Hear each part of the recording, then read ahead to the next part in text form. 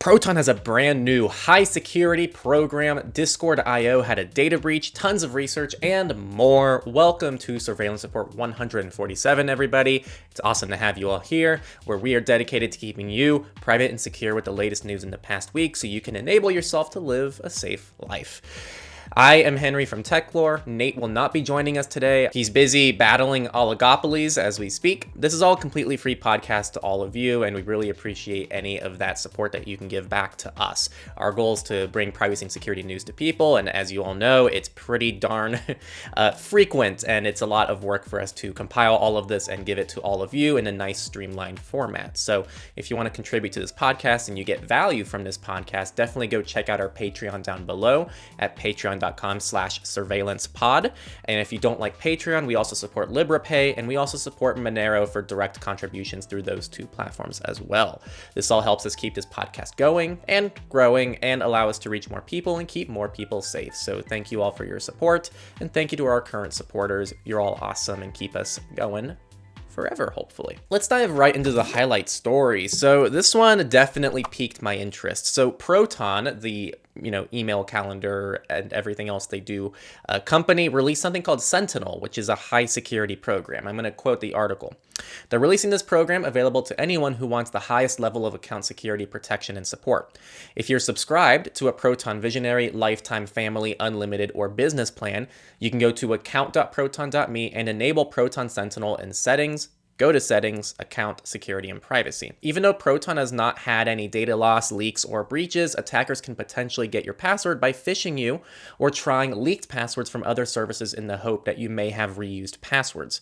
This was a major threat, especially for accounts without two-factor authentication, and they had to carefully help many users recover their compromised accounts. More quotes: people who enable Proton Sentinel will enjoy benefits such as advanced protection that will be more likely to detect and challenge suspicious events such as login attempts. Suspicious events will be escalated 24/7 to security analysts who will review the assessments made by their automated systems, and also support requests related to account security will automatically escalate to trained security specialists. Accounts enrolled in the Proton Sentinel program are not just monitored 24/7 by software, but also by teams of security analysts who are experts at detecting infiltration and account takeover attempts. This provides protection and support that greatly exceeds what is possible via automated systems alone. Finally, they believe users are the ultimate guardians of their security, so Proton Sentinel users will see more account security alerts and information for self-monitoring. Important events in security logs, such as logins and account changes, will have a new column called Protection, showing any defensive actions their systems take. There will also be other useful information, such as the operating system and device that triggered the event. So I really want to outline who this is for. If you're someone who's using Proton strictly for privacy purposes, you don't want Proton to know anything about you from a privacy perspective, this isn't really for you. This is for someone who's using Proton and is in a high threat model situation where they're really looking to maximize the security offered by the suite. And that's exactly what they're offering. And this is very similar to something like Google's Advanced Protection Program, GAPP. And this is pretty much where Google will have more monitoring tools in place. They're going to have a few more restrictions on your account. They're going to amplify their precautions that they have on your account. And this actually seems in some ways kind of nicer than that, because Proton is even saying they're going to have people who are 24/7 keeping tabs on all of these alerts that might be impacting you and your safety. So again, if you're someone who doesn't know why you would use this, or you don't really understand the purpose, then it's probably not for you. But for the people who this is for, journalists, people in high security situations, and anyone else who really needs to maximize their security everywhere they can go, this is something you should be looking into. And actually, there's even some granularity to this, because when you opt in, supposedly you can actually directly tell Proton, and I don't mean like fill out a form, I mean you actually email Proton basic information about yourself and any risks that you specifically have, and they can actually use some of that personal information to help protect you as well. But again, this is all opt-in. So this is really just a service they're offering to people who want to maximize this. And now we're going to go into the data breaches. So there's only one this week, surprisingly, and Discord.io was the one who was responsible. Just to clear this up, Discord.io is not an official Discord site, but it's a third-party service allowing server owners to create custom invites to their channels. Most of the community was was built around the service's Discord server with over 14,000 members. This includes many things, including email, usernames, billing addresses, salted and hashed passwords, and Discord IDs. Keep in mind, this impacted a lot more people than their 14,000 members. It was almost 800,000 users. So a lot of people use this service. So if you're on Discord, make sure that you are changing your passwords and anything like that if you use Discord.io. All right, now we're going to go into companies, and also only one story this week. It's a pretty light week for those of you curious. Most of it went into research, thanks to mostly DEF CON. But in the company section, so Google released its first quantum resilient FIDO2 key implementation. So they've announced this open source, so it's open source quantum resilient FIDO2 security key implementation, which uses a unique ECC dilithium hybrid signature schema co-created with ETH Zurich. So that's all a fancy way of saying that they're having this new open source FIDO. So FIDO is pretty much what they use for passkeys. It's a open standard, and it's what we're using now. And a lot of people are migrating towards this. This is kind of the next big thing for passwords, and it's probably going to replace lots of your passwords in the next decade. But FIDO is really awesome, and so they're now releasing a quantum resilient version of FIDO called FIDO2. It's all open source, and the article has some more light details about how this particular algorithm works. So if you're more technical and you want to dive into the algorithms that they chose and decided to use, that's definitely where I'd suggest you all go. We just try to keep things pretty brief on this podcast. And now into the research. So scientists have recreated Pink Floyd song by reading brain signals of listeners. So they trained a computer to analyze the brain activity of someone listening to music. And based on only the neurons, they recreated the song. The research, and for those wondering the song, it's Another Brick in the Wall Part 1.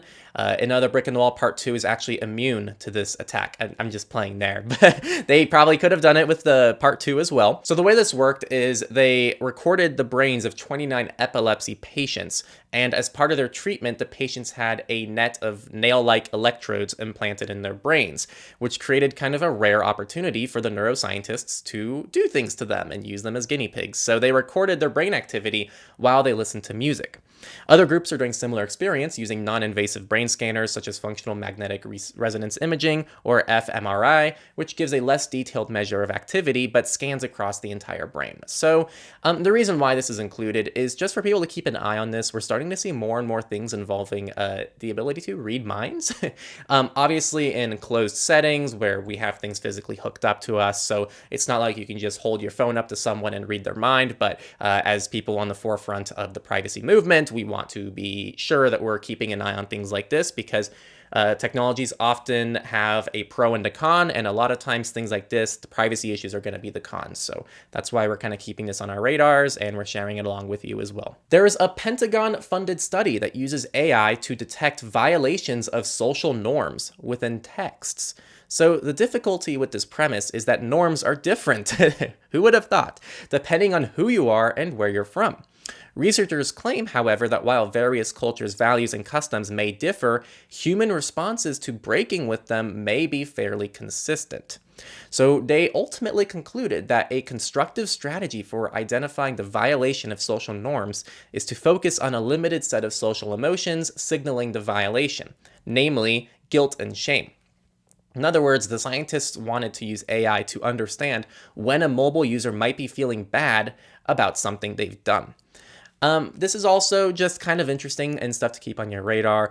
Something that this reminds me of is a lot of social media, pretty much anything that's algorithmically generated. So any kind of algorithmic content, anything that's sorted by an algorithm, which is pretty much every social media nowadays. And if you're watching this on YouTube, that includes YouTube as well. A lot of these algorithms just kind of function on giving people what keeps them engaged as long as possible.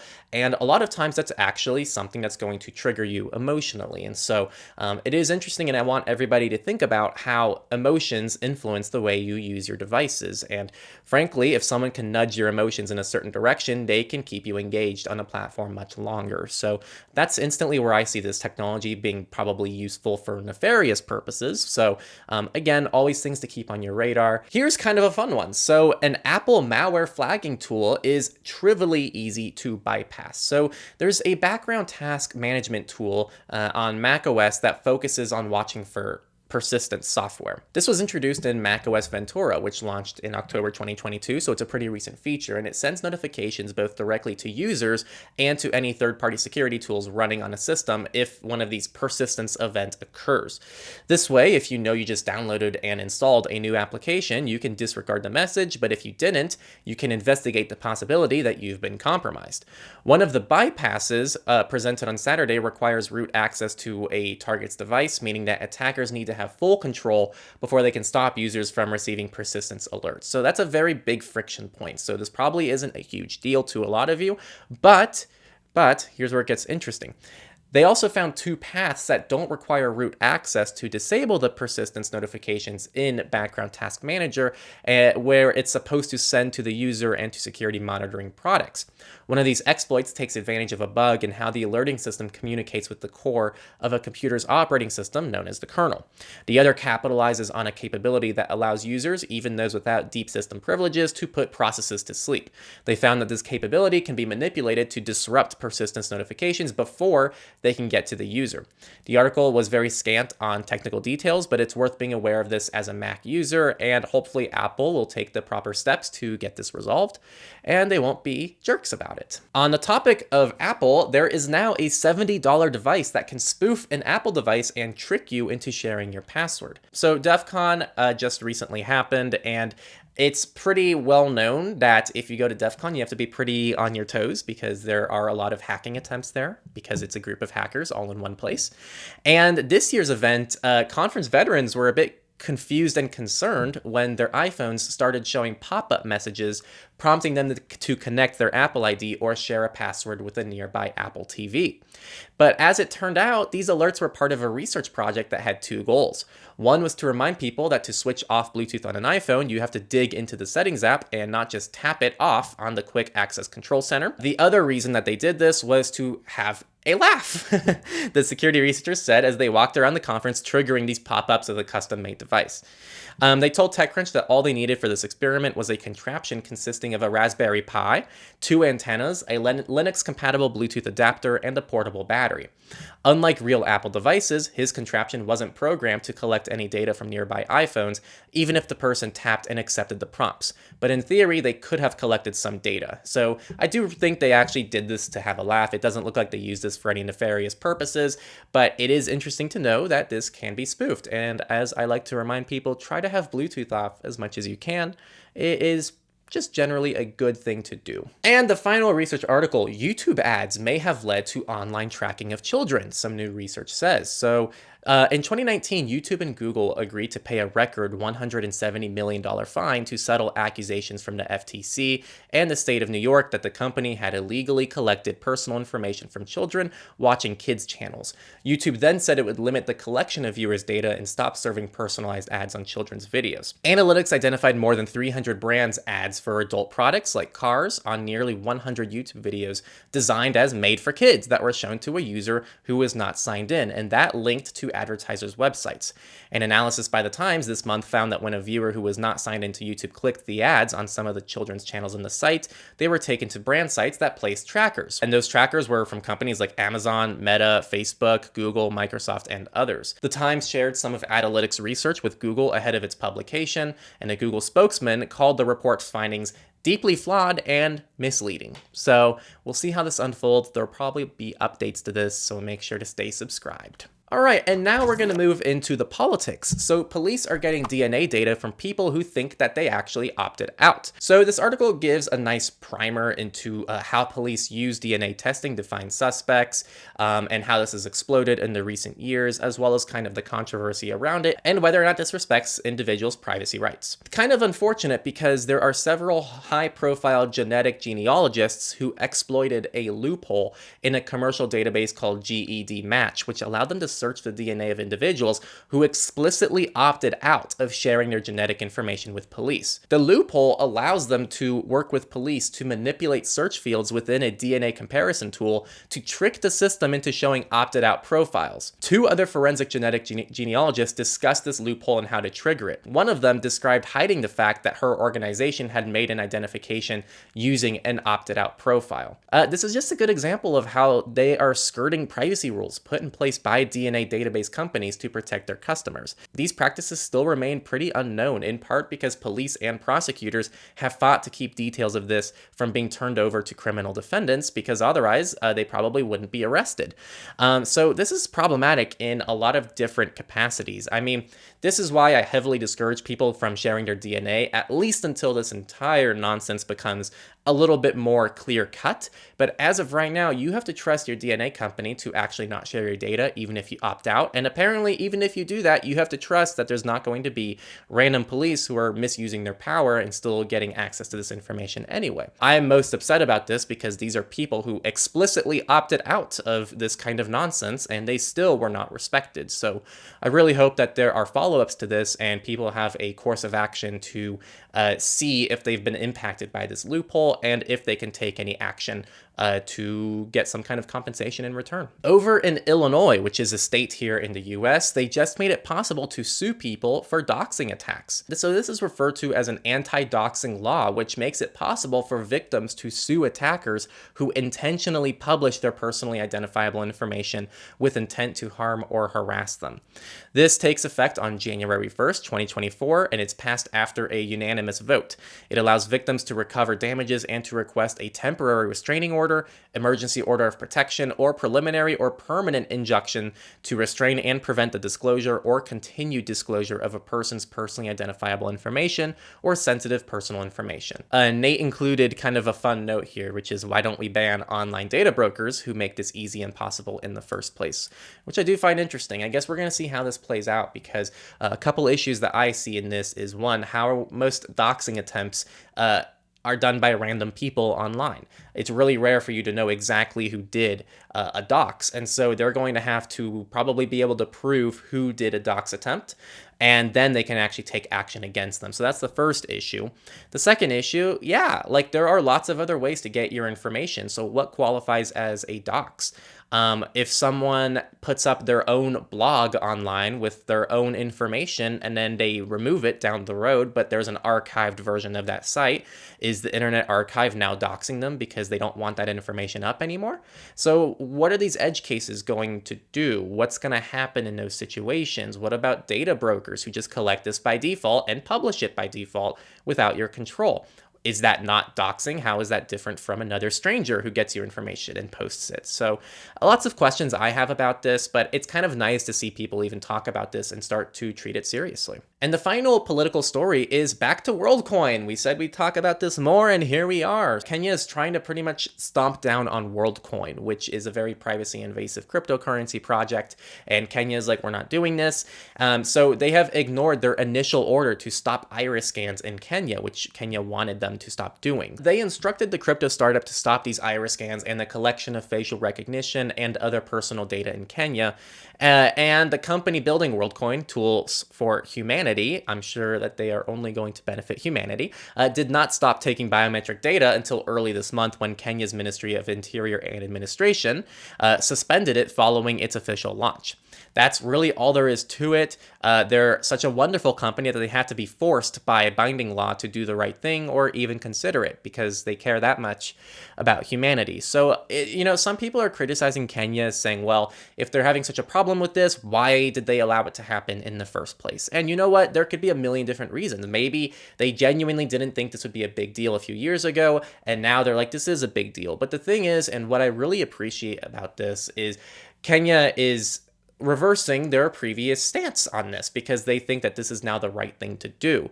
And I feel like that's looked down on for some reason. People make mistakes, people have issues that they do, people change their mind about things, and people go, well, you're not being consistent. But in this case, I'm very glad that Kenya switched course and is now what I believe doing the right thing. And so this is awesome to see, and I hope more people start holding WorldCoin accountable. And this is a short week, so there's only one quick FOSS story, and well, technically the Proton Sentinel thing was in FOSS, but we moved it to the highlight story. But the other FOSS story is Debian, the Linux distribution, turned 30. So for all of you Debian fanboys, who I know there are many of you out there, they turned 30 this last week. So yay to Debian, yay to any of you using Debian. And yeah, I don't know if any of you are going to celebrate hard enough to like go get something like a snack or something and get yourself a little birthday present. But yeah, for all you Debian nerds, there you go. Have some fun, and hopefully they are around another 30 years. And there were no misfits this week, so it was a really short week. But at least that's a shorter podcast, and you all have more time to spend with your friends and family. And also, you know what? This is one of the few podcasts that I think is probably overall good when we don't have that many stories, because it means the world isn't devolving in the privacy and security space too much this week. But either way, there was some nice positive news this week. Proton released a new high security program. We covered that Discord IO data breach. There was a lot of research, which is kind of fun to recap this week, and there was a lot more news. Again, this takes a lot of time on our ends, and we really just want to give you all the news and keep you all safe. So if you appreciate that and you find value from this podcast, by far the best way that you can keep us going and keep us expanding and keep us really engaged in this for the long run is by supporting this podcast on Patreon. So patreon.com/surveillancepod. And if you don't like Patreon, or you don't want to, I don't know, whatever your issue with Patreon is, we're also on LibraPay. And we also accept Monero. That's all in the description or the show notes. And as always, the sources for the stories are down there as well. And the last thing I'll say is I just want to thank everyone for tuning in and keeping yourself safe out there and staying updated with the privacy and security news. You're all probably the people keeping your friends and family in the loop on a lot of this stuff as well. So I just want to thank you all for valuing that and valuing what we have to say and the news that we're sharing with all of you. And we will see you next week for Surveillance Report 148. Make sure you're subscribed, share the podcast around. Definitely feel free to timestamp a story and share it with someone you know. And we will see you next week.